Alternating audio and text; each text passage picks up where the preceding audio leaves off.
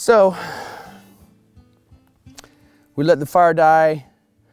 And in all fairness, if I dug into this pile of ash, I might find some coals in there.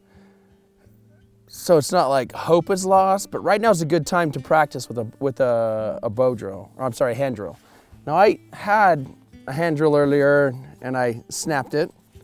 So now I'm gonna try to do this hand drill again with a different spindle. So this is the mullein that we grabbed from earlier, and I've cut it down, so it got some stickiness. Should spin at least from there. And there's a couple different ways that you can do this. You can either take a plug out of this and attach it to a piece of willow, and then stick that on the bottom of your stick, and then it becomes cottonwood on cottonwood. Or you can try to go mullein straight on cottonwood, which is what I've done here. I keep getting close and not quite busting a coal because I'm a bit exhausted. But what I'm going to try to do now is see if I can take a square chunk out of this and turn this into a hearth board. Think of how we want to do this.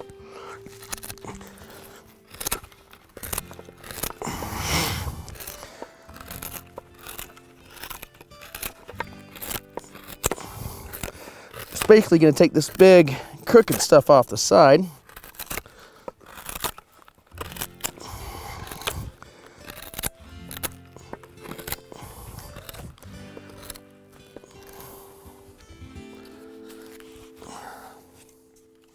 And go hit this with a baton stick real quick. So I've got this part chopped. Now I just need to turn it into something square-ish. And a good way to do that is just pound on the back side of this.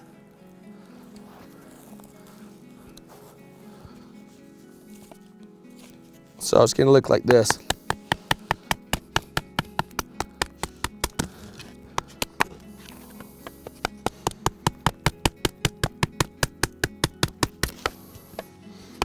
This is a little bit more of a dense piece than I want to mess with, but we'll see.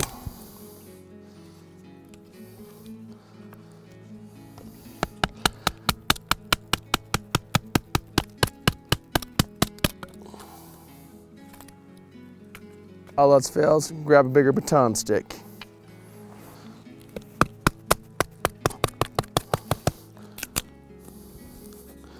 I don't know how soft this is. Oh, it should work.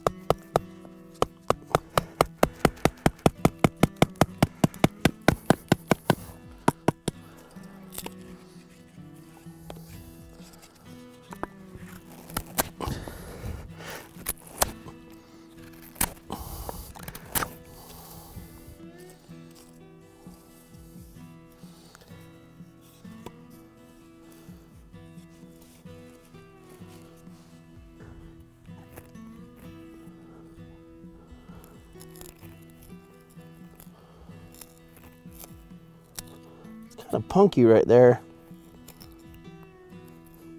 Not ideal wood.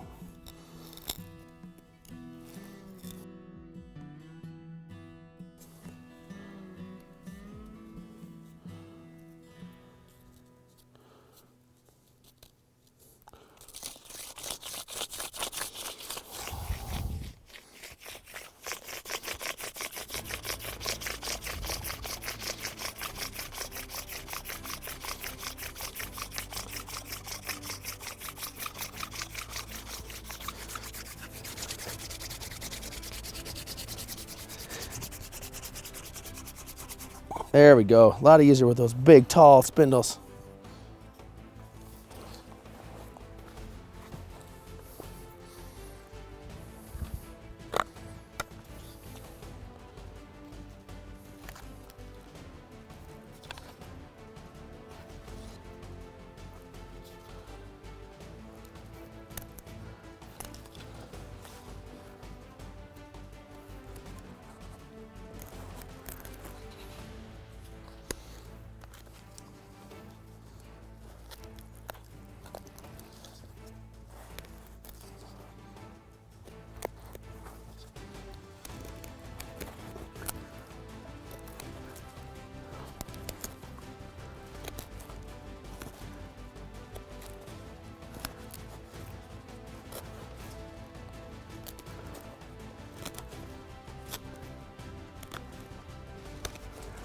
There's a lot of varying densities in this wood for some reason. I've got really hard parts and really soft parts. So I'm not sure how that's going to affect the hand drill process.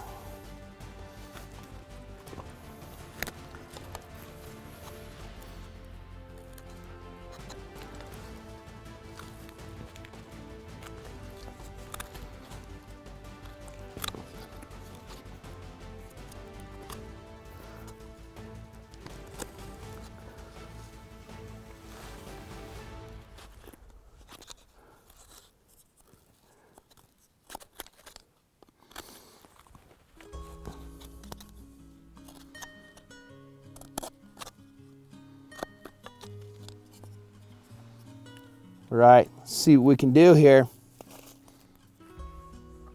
My hands are sticky from putting juniper pitch on them. But juniper pitch, much like pine pitch, is really good to create grip on your spindle.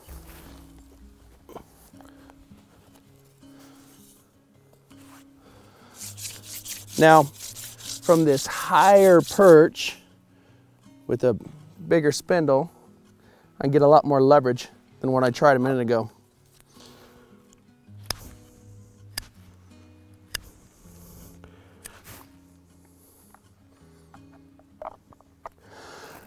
Put a little bit of sand in there, see if I can get it to seat.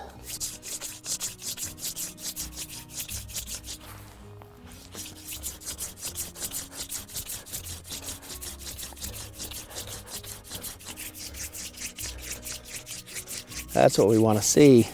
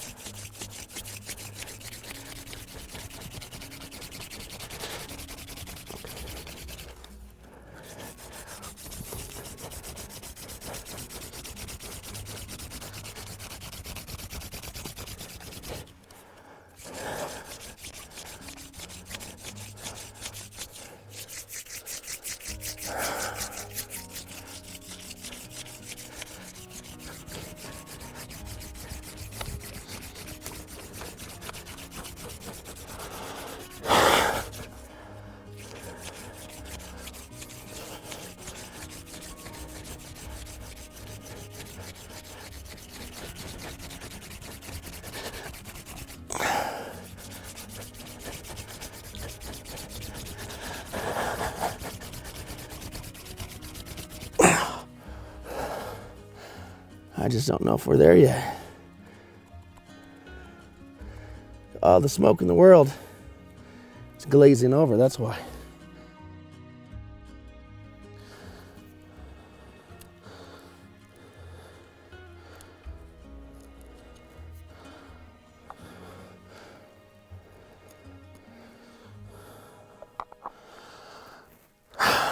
That's exhaustive.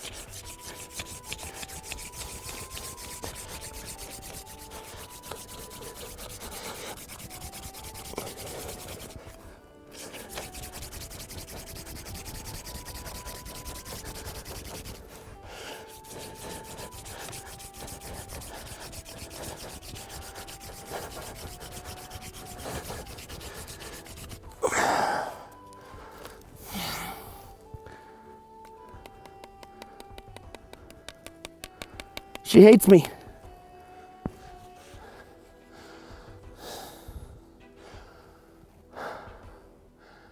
It's not happening.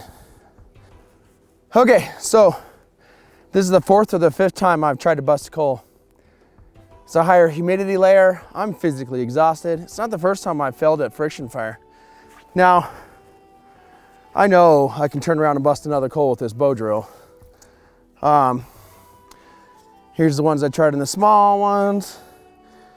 Here's where I tried the big one, and it smokes and it smokes and it smokes and it smokes and it just doesn't bust a coal. So what do you do in a situation like this? Well, if I can do a bow drill, I just do a bow drill and start a fire. If I can dig through the ash and I find a coal, I just start a fire that way. My only option is this hand drill. Maybe I can take a quick nap before dark. Maybe I can relax a little bit, reset, go get a buddy. But you keep working on it until you either have fire or shelter.